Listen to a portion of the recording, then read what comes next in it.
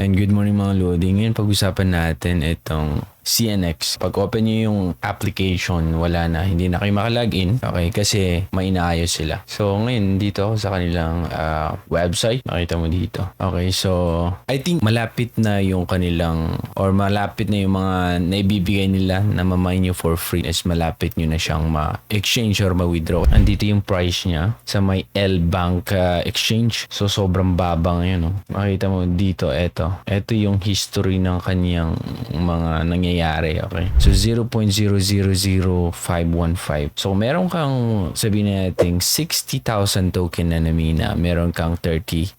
Sa ngayon, sa current na price niya ngayon kasi bumagsak talaga. Malaki din yung pagbagsak. Okay, $30. Ngayon, bakit hindi nyo ma-open yung application? Kasi nga, nagkakaroon sila ng upgrade. At nasabi ko malapit na makuha nyo kasi mag-stop ang mining once yung KYC mag-start na. Nag-guess nyo? Sabi niya dito, exciting news, the decentralized KYC system is almost ready for launch.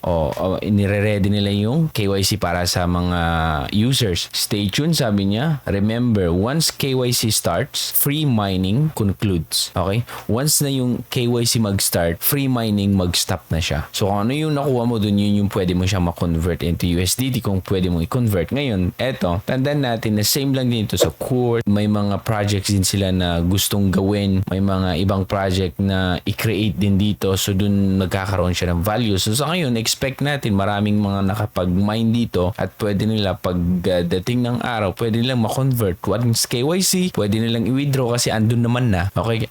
Pwede mo na siyang i-convert dun sa L-Bank or sa Bitmark. Ngayon, ang tatandaan nyo dito is lagi silang nagbe-burn ng token. Pag pumunta kayo dun sa kanilang white paper, almost ang supply during dun sa kanilang pre-sale is nasa 12 billion CNX token. Ngayon, pwedeng babagsak yan once na ma-reach ang public kasi dun sa kanilang ginagawang burning ng tokens. So, magiging 1.2 billion CNX token compared dun sa 12 billion. So, mas lalaki pa. Okay, yung value ng token is sabihin na natin nakakatulong din yung burning kasi once na lumiliit yung numbers or yung billion ng token, medyo tumataas din yung value. At syempre, kung ituloy-tuloy ng developers mag-develop ng mga iba-ibang project para magamit tong CNX token para maging isang utility din, mas maganda. Okay, so nasa sa inyo yun kung gusto nyo bumili. Okay, kasi may mga ganun na yung pre-sale, especially pag dun ka bumili sa pinakamababa dito. Tapos na to. Ngayon in progress ng early investors. Ngayon after niyan, pupunta sa community. Pero nasa sa inyo yan kung gusto nyo bumili o i-check nyo lang muna. Okay? Kasi sa ngayon is talagang bumaba lahat ng crypto. Lahat ng mga projects affected siya. Di natin alam kung ano nangyayari. Pero once kasi na si Bitcoin ay medyo natamaan, susunod ang mga ibang projects. So ayan mga Lodi, kung bakit nagkakaroon, hindi nyo na ma-access yung account nyo. Mag-a-announce sila once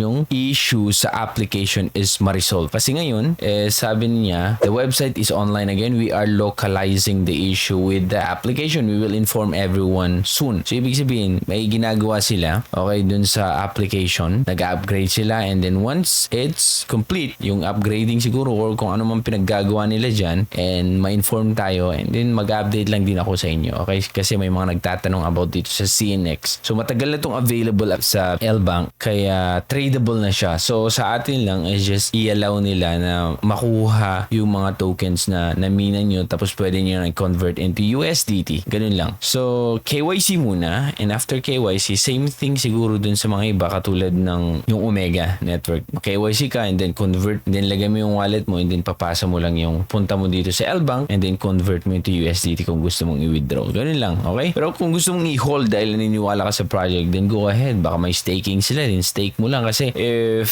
from 12 billion papunta sa 1.2 billion, may possibility na ipupush talaga nila itong project at baka naman pagdating ng araw is malaki din lumaki itong project na to. Ayan, okay, nasa sa inyo yan kung paano nyo siya consider kung gusto nyo mag-invest, nasa sa inyo yan, okay? Kasi ang importante dito is may utility itong project katulad ng Core. Tuloy-tuloy pa rin siya kahit pabagsak ng pabagsak pero may mga project silang nabibuild. Ilang project na ang nagawa dun sa Core ecosystem na kung saan marami ding makumita dun and that's a good thing kung ganito mangyayari dito sa CNX network mga Lodi, okay? Update ko kayo kung okay na yung application mismo kaya follow nyo lang ako. Thank you ako si Turogian. Thank you so much for watching. Bye.